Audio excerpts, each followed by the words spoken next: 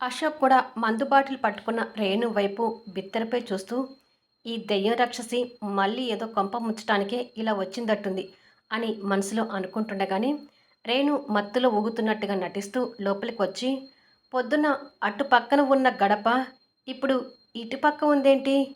ఎవరు గడపని ఇటుపక్కకి మార్చారు? అని మత్తు నటిస్తూ అడుగుతుంది వెంకటమ్మని.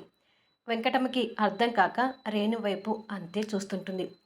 రేణు డోర్ని గట్టిగా తన్ని అంతే మత్తులో ఊగుతూ అడిగేది నిన్నే.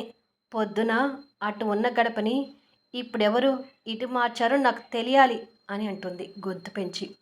వెంకటమ్మ రేణు ప్రవర్తనకు విసిపోయి తాగినోళ్ళకి తాగినట్టుగానే సమాధానం చెప్పాలి అని అనుకొని వాస్తు ప్రకారం సాయంత్రానికి గడప ఇటు పక్క ఉంటే బాగుంటుందని నేనే మార్చానమ్మా అని అంటుంది.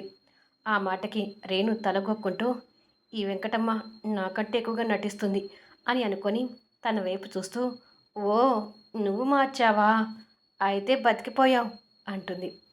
భారతితో సహా రేణుని అలా చూస్తున్న అందరికీ కోపం వస్తుంటుంది.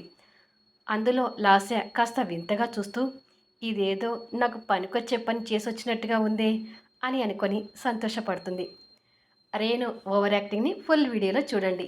స్టోరీ నచ్చినట్టయితే దయచేసి లైక్స్ ఇవ్వండి, కామెంట్ షేర్ చేయండి.